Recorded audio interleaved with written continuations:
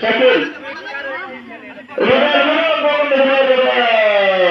কিন্তু বল চলে গেল মাঠের বাহিরে।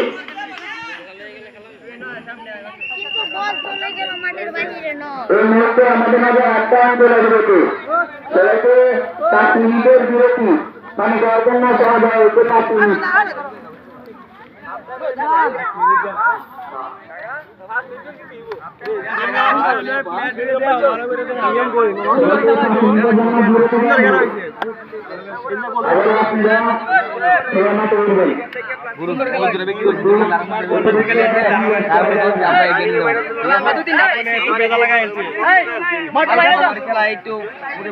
হাত লাগাইতে হবে।